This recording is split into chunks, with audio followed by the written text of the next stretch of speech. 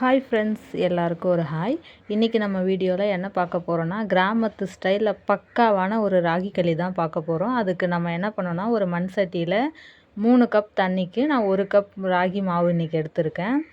இதில் 3:1 ரேஷியோன்றது நம்ம எடுக்கக்கூடிய அந்த மாவோட அளவை பொறுத்து. தண்ணி நல்லா கொதித்து வந்ததுக்கப்புறமா நம்மளுக்கு தேவையான உப்பு, நான் பச்சை அரிசி கொஞ்சம் சேர்த்துருக்கேன். அது பச்சை அரிசி கொஞ்சம் போட்டு அது வெந்ததுக்கப்புறம் இதில் நான் அரிசி கலக்கிறதுன்றது நம்மளோட ஆப்ஷனல் விருப்பம் தான். வேணும்னா சேர்த்துக்கலாம், இல்லைனா ஸ்கிப் பண்ணிடலாம். நம்மளுக்கு அரிசி நல்லா வெந்ததுக்கப்புறமா நம்மளுக்கு அளவு எடுத்து வச்சுருக்கேன் அந்த கேழ்வரகு மாவை அதில் போட்டு அதை நல்லா மூடி வச்சிடணும். மூடி வச்சுட்டு அது நல்லா வெந்ததுக்கப்புறமா எடுத்து நம்மளுக்கு தேவையான சைஸ்க்கு களி ரெடி பண்ணிக்கலாம். இப்போது நம்மளுக்கு தேவையான ஹெல்த்தியான சூப்பரான ஒரு டேஸ்டியான கிராமத்து ஸ்டைல் பக்காவான களி ரெடி.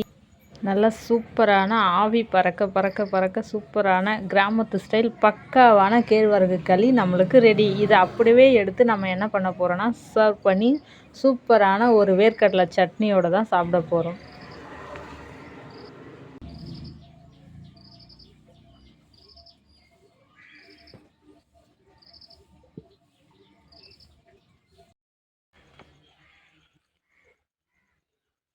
இதில் நம்ம சேர்க்கக்கூடிய அந்த அரிசி நல்லா களி உதிரி உதிரியாக சூப்பராக வரும். அதுக்காக நான் சேர்த்துருக்கேன்.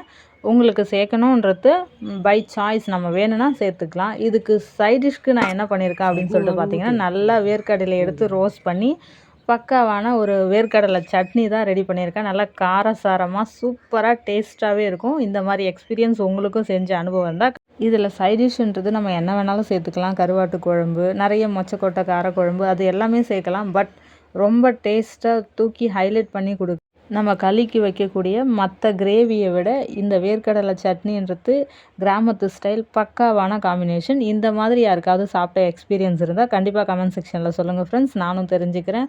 ஓகே, பாய். நெக்ஸ்ட் வீடியோவில் பார்க்கலாம்.